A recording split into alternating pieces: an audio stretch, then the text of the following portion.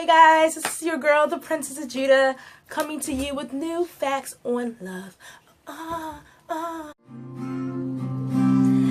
need you all the time. You're the life that I lead. You're the name on my key. You're my every heartbeat. I need you all the time. You're the dawn in my heart and wait on my guitar.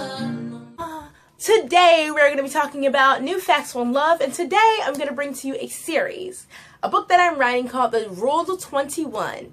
And this book is about the possibility of finding love. There's such a big love craze these days, and all this information on how to attract this guy and attract this girl and make this person want you and make them text you back. But once you do that, like seriously, once you actually get to the point when that person's made to text you back and made to want you so bad, when it comes all the way down to it, do they really love you? Are they someone who really wanted to be with you, or did you just use the rules of attraction?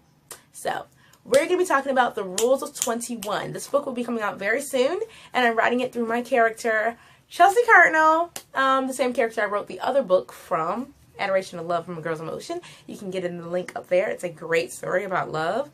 But this one is more of a manual and a guide to help you guys find love, or help us find love. We can do it all together. It can be a challenge. Anyway, the first chapter of this story is called Pay Attention to Paul. And it is the first rule on how to find love. Pay attention to Paul. What the hell does that mean, right?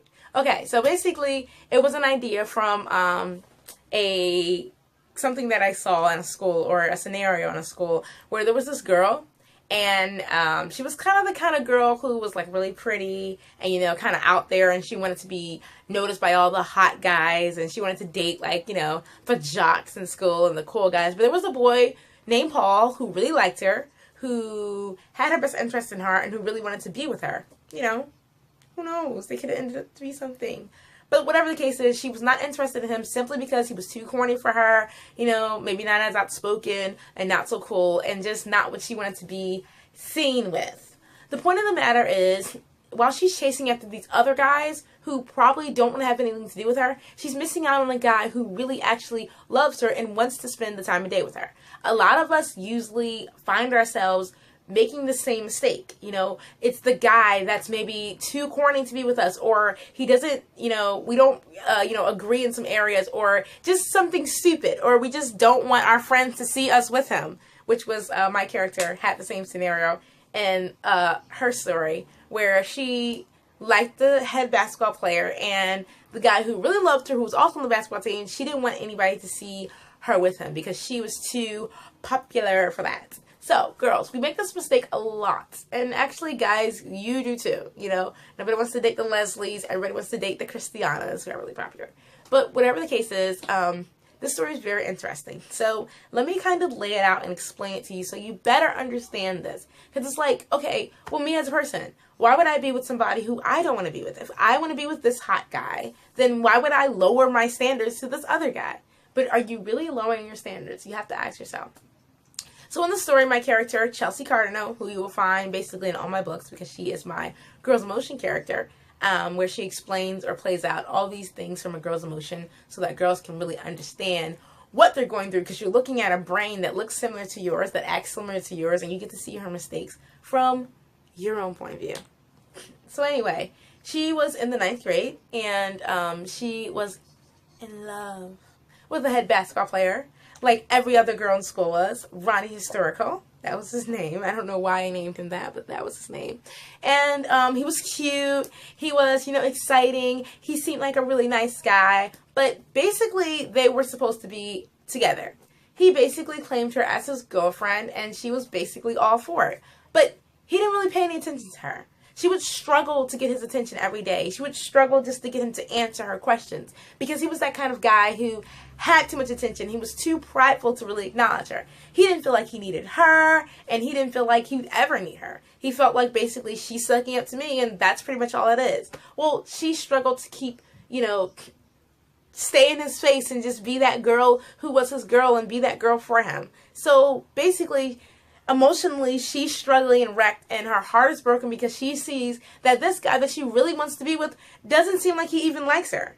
Meanwhile, there's another guy in the story called Ton of a Rock. And this is the guy who really liked her. Now, he wasn't a corny guy, but he wasn't all that she wanted. He was actually, because in that age, ninth grade, guys are kind of short, and she was kind of a tall girl. He was actually shorter than her. And her thing was, listen, I can never date a guy who's shorter than me. That will never happen in my lifetime. She was a really popular girl. In fact, she's an actress. So she's like, look, I have to date the top of the food chain. The guy who's my guy has to be the most popular guy in school. Unfortunately, the most popular guy in school was not treating her like she was worthy of his time. Meanwhile, this guy, Tan Varak, or Tani, which is his nickname, was all for her. He was giving all of his love, he was giving all of his time, to talk to her, to take care of her, to be a friend to her, and she was disregarding him simply because she didn't feel like he was on her level. And I know this sounds kind of crazy because it's like, oh, she's so mean, but really, a lot of us girls really do think like that. If there was a guy, maybe he's not from where I'm from. I want to date a Black American guy. I don't want to date a guy who's from, I don't know, the Middle East somewhere. So I'm, I would never date this guy, even if he's a nice guy, even if he does everything for me, even if he's always there for me when I need him, he's not what I want. And a lot of us just have to start by taking our pride down. Now, I'm not telling you to date outside your race or date people outside of your religion who you don't think agree with you, but when you see a decent guy who meets your requirements, and I'm not talking about height, eye color, hair color, skin color, etc. I'm talking about your requirements of love and life, then you would better off be with that person than be with somebody who really doesn't love you.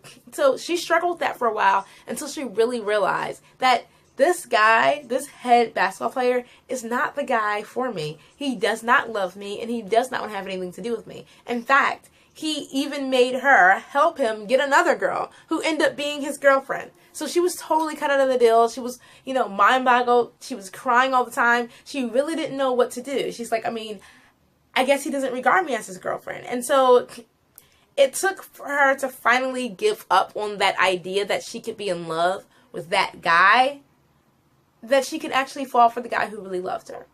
And she decided to put all odds aside. She decided to say, hey, I don't really care what anybody thinks. I don't really care what anybody says.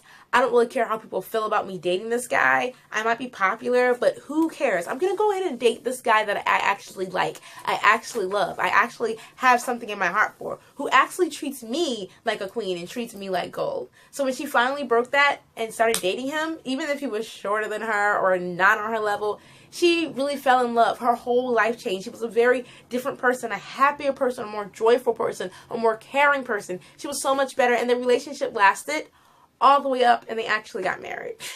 Not to mention, in high school, he became one of the most popular guys in school, and they were just one of the most popular couples because their love was actually real. A lot of us, especially when we're in school and even after school, we miss that real love, that real sizzle, that real bubble, that real feeling that we belong to somebody, that real feeling that we're in love with somebody, because we always either run too fast and end up with the wrong guy or the wrong girl. This applies to girls and guys.